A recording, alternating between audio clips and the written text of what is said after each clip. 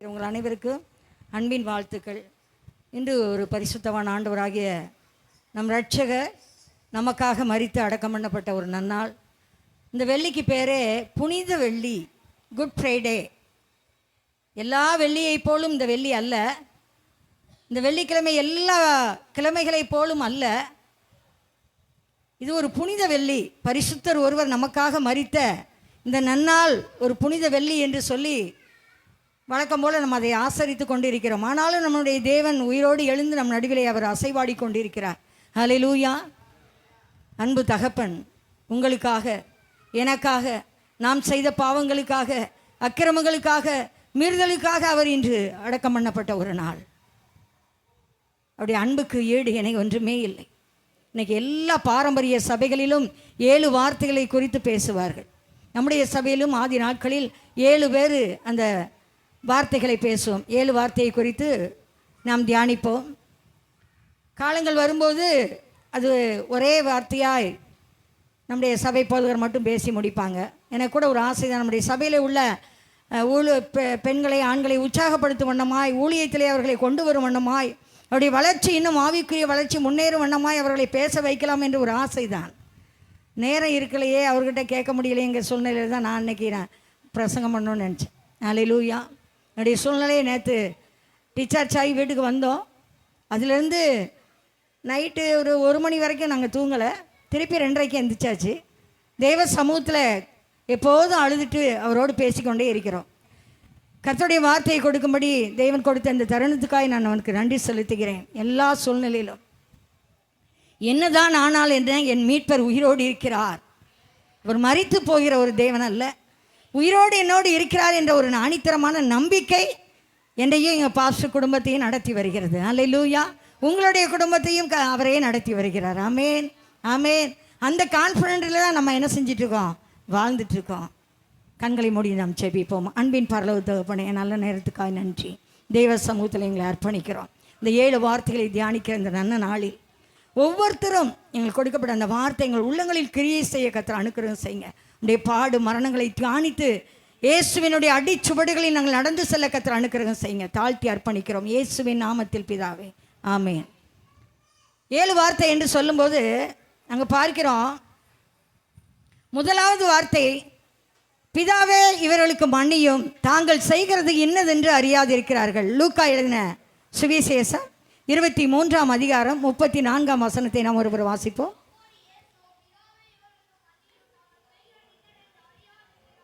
அங்கே பார்க்கிறோம், பிதாவே இவர்களுக்கு மன்னியும், தாங்கள் செய்வது இன்னதென்று அறியாதிருக்கிறார். முதலாவது வார்த்தை.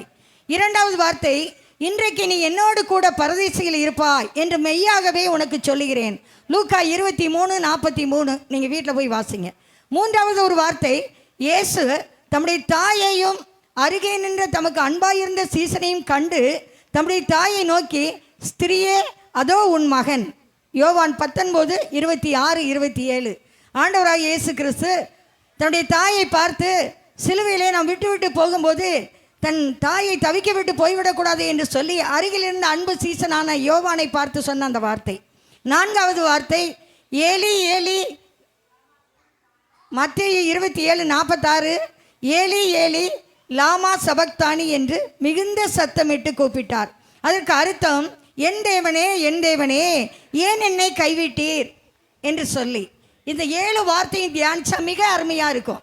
என் தேவனே என் தேவனே ஏன் என்னை கைவிட்டீர். சங்கீதம் 22 கூட நம்ம வாசிக்கிறோம், 122 நம்ம வாசிக்கிறோம், என் தேவனே என் தேவனே. அவர் மாமிசத்தில் பிதாவினுடைய அந்த பிரசன்னம் அவருக்கு மறைக்கப்படும் போது, மாமிசத்தில் வேதனையை அனுபவிக்கும் போது என் ஆண்டவராக இயேசு கிறிஸ்து சொல்லுகிறார், என் தேவனே என் தேவனே ஏன் என்னை கைவிட்டீர். நான் விலைக்கு நேரம் இருந்தால் அதை உங்களுக்கு காண்பித்து கொடுக்க விரும்புகிறேன். 5வதாக, தாகமாய் இருக்கிறேன். யோவான் எழுதின சுவிசேஷம் 19ஆம் அதிகாரம் 28வது வசனம். மார்க் 5:23 குறித்து வைத்துக் கொள்வீர்கள் என்று சொன்னால் நீங்கள் வீட்டில் போய் வாசித்துக் கொள்ளலாம். மத்தேயு 27:33 தாகமாய் இருக்கிறேன். 6வது வார்த்தை, முடிந்தது, எல்லாம் சிலுவையிலே நான் செய்து முடித்து விட்டேன்.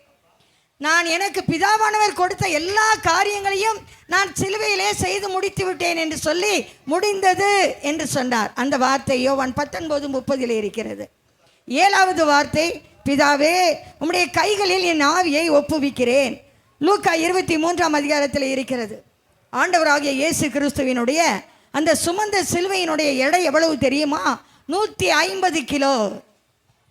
எவ்வளவு எடை? 50 கிலோ அரிசியை கூட நம்மளால் தூக்க முடியாது. 10 கிலோ பையை என்னால் தூக்க முடியாது. அந்த கடைக்காரர் தான் கொண்டு வந்து போடுவார். எங்கள் வீட்டில் அரிசியிலன்னு நான் கடைக்கு போனால் 5 கிலோ பையனா நான் தூக்கிட்டு வந்துடுவேன். 10 கிலோ பையனா அந்த தம்பியே கொண்டு வந்து எனக்கு கொடுத்துருவார். ஆனால் என் ஆண்டவராகிய இயேசு கிறிஸ்து நமக்காக 150 கிலோ எடை உள்ள அந்த சிலுவையை அவர் சுமந்தார் என்று பார்க்கிறோம். ஆமே. இரண்டாவது, அதனுடைய நீளம் 15 அடி, அதனுடைய அகலம் 8 அடி. அவர் சுமந்த சிலுவையினுடைய அந்த எடை 150 அடி, அதனுடைய நீளம் 15 அடி, அதனுடைய அகலம் 8 அடி. ஞாபகம் வச்சுக்கொள்ளுங்க, எவ்வளோ வெயிட் இருக்குன்னு நீங்களே சிந்திங்க. ஒரு உடன் தண்ணி கூட இப்போ எங்களால் தூக்க முடியலை, வாலிப பிள்ளைங்க கூட தூக்க முடியலை.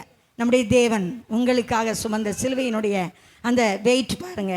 சரீரத்தில் அறையப்பட்ட ஆணியின் நீளம் 8 அங்குலம், அதனுடைய அகலம் 314 அங்குலம். பாருங்க எவ்வளவு வேதனை. நல்லா கவனிங்க. வெளியில் போவாங்க வருவாங்க, நீங்கள் அதை பார்க்காதீங்க. தேவன் கொடுக்குற வார்த்தையை சற்று கொஞ்ச நேரம் தியானிப்போம். ஆண்டவராகிய இயேசு கிறிஸ்து சரீரத்தில் அறையப்பட்ட அந்த ஆணியினுடைய நீளம் 8 அங்குலம், அகலம் 314 அங்குலம். இயேசுவுடைய உயரம் 5 அடி உயரமுள்ள நம்முடைய தேவன் 11 அங்குலம் உள்ளவர். அவருடைய எடை 85 கிலோ என்று ஆராய்ச்சியாளர்கள் நிரூபித்துள்ளார்கள். அநேக புஸ்தகங்களில் வாசித்தபடியினாலே அது இன்று உங்களுக்கு தெரியப்படுத்த வேண்டும் என்பதற்காகத்தான் நான் இன்று அதை சொன்னேன். என் ஆண்டவராய் இயேசு கிறிஸ்து 150 கிலோ எடையுள்ள அந்த சிலுவையை சுமந்து சிலுவையிலே 7 வார்த்தைகளை அவர் நமக்கு சொல்லிவிட்டார். முதலாவது, மன்னியுங்கள். நம்முடைய சத்துருக்களை நாம் மன்னிக்க வேண்டும். நமக்கு எத்தனை துரோகம் பண்ணுவார்கள் என்று சொன்னால் கூட இயேசுவின் அடிச்சுவடியில் நாம் உண்மையாய் நடக்கிற சீசனாக இருந்தால் என்ன செய்தாலும் மன்னிக்கிற உள்ளம் தானாக வந்துடும். ஆமே, அல்லேலூயா. உண்மையாகவே 40 ஆண்டுகளுக்கு முன்பதாக உள்ள ஒரு சகோதரியை நான் ரேஷன் கடையில் பார்க்குறேன். 40 ஆண்டுகளுக்கு முன்பதாக உள்ள ஒரு சகோதரியை, அவங்கள நான் பார்த்ததே கிடையாது. ஃபோட்டோவில் பார்த்துருக்கேன், செல்லில் பார்த்துருக்கேன், நேராக பார்த்ததில்லை. நீ சொன்னால் நம்ப மாட்டேங்க. அப்படி போகும்போது வரும்போது சாயலாக பார்த்துருக்கேன், கிட்ட நின்று பார்த்ததில்லை. எனக்குள்ளே உள்ள ஆண்டவர் சொன்னார், நீ போய் ஒரு கிஸ் பண்ண அப்படின்னு. எனக்கு எப்படி இருந்திருக்கும் பாருங்கள். 4 முறை என்னை ஸ்டேஷனுக்குள்ளே வச்சுருக்காங்க. ஆனால் நான் என்ன பண்ணேன் தெரியுமா? என் ஆவியானுடைய வார்த்தைக்கு மட்டும் கீழ்ப்படியணும்னு என் கையில் இருந்த பையை கீழே வச்சுட்டு அவங்க ஒரு பை கொண்டு வந்தாங்க. வேகமாக ஓடி போய் கட்டி பிடித்து அப்படியே ஒரு முத்தம் கொடுத்தேன். 2 கன்னத்துலேயும் மாறி மாறி முத்தம் கொடுத்தேன்னா அந்த அம்மாவுக்கு என்ன செய்யணும்னு தோணலை. ஐயோ நீங்கள் யாருன்னு சொன்னவங்க அவங்களும் என்னை கட்டி பிடிச்சி 2 முத்தம் கொடுத்தாங்க. நான் முத்தம் கொடுத்தேன்னா அவங்களும் என்னை கட்டி பிடிச்சி 2 முத்தம் கொடுத்தாங்க. நீங்கள் யாரு நான் சொன்னேன், நான் யாருன்னு வீட்டில் போய் உங்களுக்கு ஃபோன் பண்ணுறேன்னு வந்துட்டேன். அல்லேலூயா. அவங்களுக்கு இருந்த மகிழ்ச்சி அளவே இல்லை.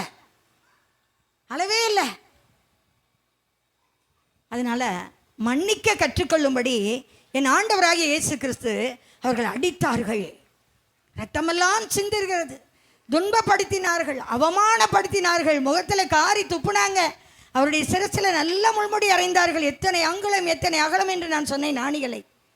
அப்படிப்பட்ட தகப்பன் இவர்கள் செய்கிறது அறியாமல் செய்கிறது கொண்டு இருக்கிறார்கள், இவர்களை மன்னியும் என்று சொன்னாரே, அந்த அன்புக்கு ஈடு இணையாக நாம் என்ன செய்ய முடியும்? அல்லேலூயா. நாமும் அவரை போல நமக்கு இருக்கக்கூடிய சத்துருக்களை நாம் மன்னிக்க கற்றுக்கொள்ளுவோம். அல்லேலூயா. நிச்சயமாக நம் தேவன் நம்மளை ஆசீர்வதிப்பார்.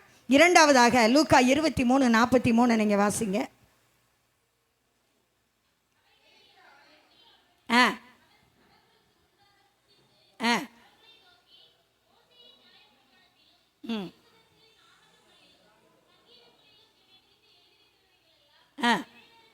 போதுமானது. 2 கல்லர்கள் இருக்காங்க, இடது பக்கம் வலது பக்கம் 2 கல்லர்கள்.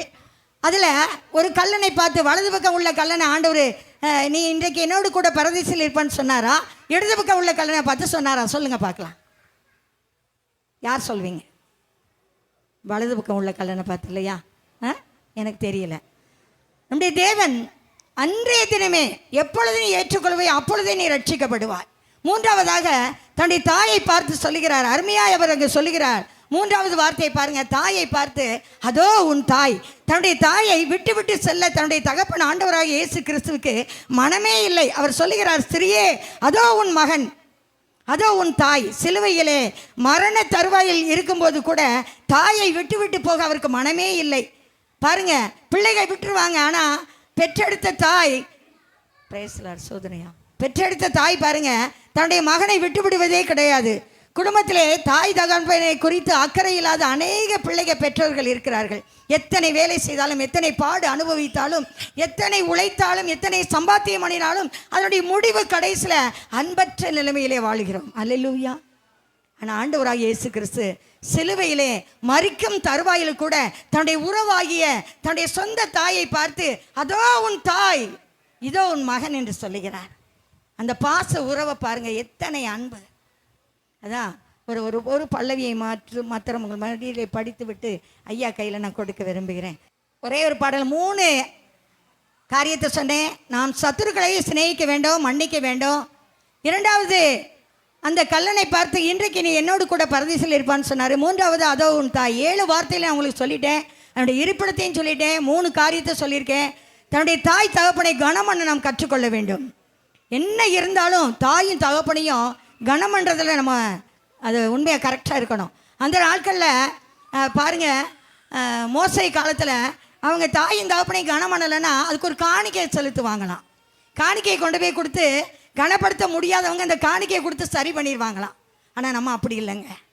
அநேக முதியோர் இல்லத்துக்கு போகும்போது பார்க்குறோம், அநேக தாய்மார்கள் கண்ணீரோடு இருக்கிறத, தகப்பன்மார்கள் இருக்கிறத.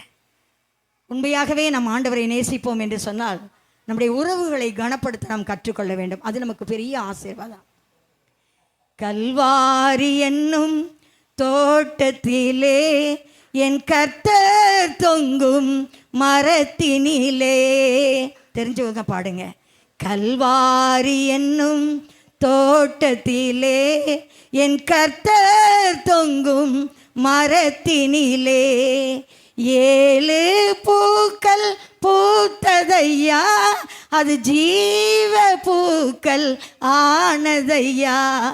7 பூக்கள் பூத்ததையா, அது ஜீவ பூக்கள் ஆனதையா.